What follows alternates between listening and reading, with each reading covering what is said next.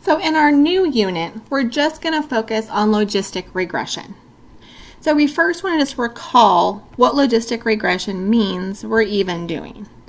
So this is looking at our generalized linear model that we were doing in the previous unit, but now we're just going to focus on that logit link.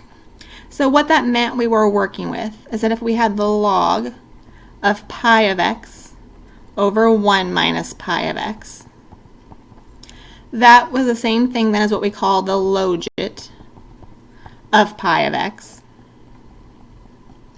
That would be our alpha plus beta times x. Or, more often, we wanted to solve this for pi instead.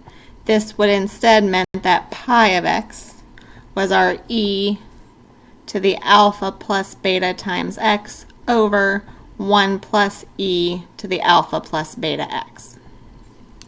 Now, why we're going to focus on this link function versus the other ones is, as we talked about when trying to choose a link function, the logit link is used quite often when interpretations are important.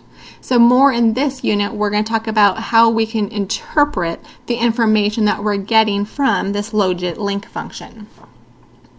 So first, as a reminder, what does beta actually represent for us? So remember, beta is sort of like our slope parameter, but we're a little careful of technically calling it a slope because we no longer have this straight line relationship that we're working with.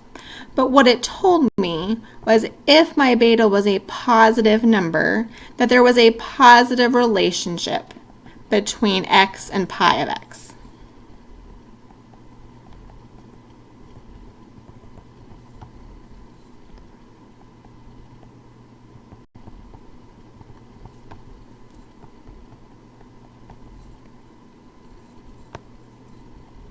And so then if that beta was less than 0, that would tell me there's that negative relationship between them instead.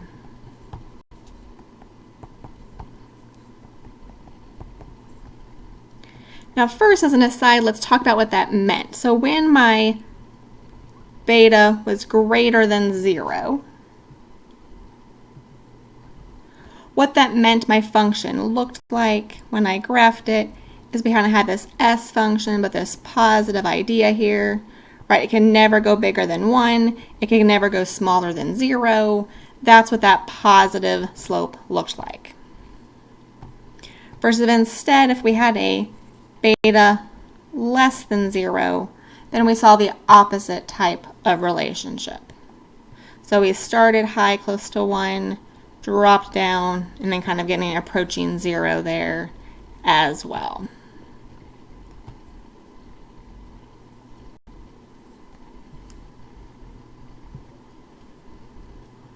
A new concept we want to talk about is kind of like inverse prediction for those that have done that before. The general term is sometimes referred to as a lethal dose. So the idea here is, suppose we had an extermination agency that wanted to know how much pesticide, which is our X, to spray on a 10 square foot area in order to kill a certain percentage of the pests. Now, of course, our goal would be usually to kill 100% of the pests, but generally can't guarantee that everything is going to be gone. So we might put a different amount of pesticide depending upon what our goal is of what percent we're trying to kill. So what we really actually want to know then is we're trying to find X given a certain desired probability instead. So taking our same model that we have up here, and now we're trying to solve this for X instead.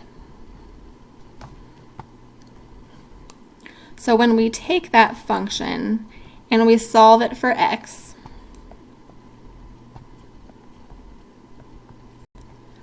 what we find is that X is going to be equal to the log of pi of X over 1 minus pi of X minus alpha, and then all of that divided by beta. So for an example, so suppose that the pi of X of interest to us is we want to kill 95% of all pests. then my x would turn out to be whatever the log of 0.95 over 1 minus 0.95, which would be 0.05, minus whatever alpha is over whatever beta is. And once we solve for this, x would be called the lethal dose of 95.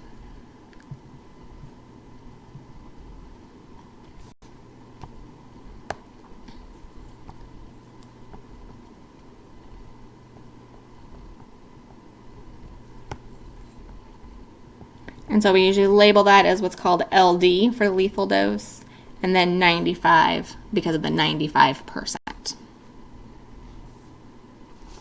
All right, so one of my goals of this unit is to kind of break things into as small of videos as possible. So I'm actually going to stop our first video here, and in the next one we'll pick up with page 2, talking more about odds ratios.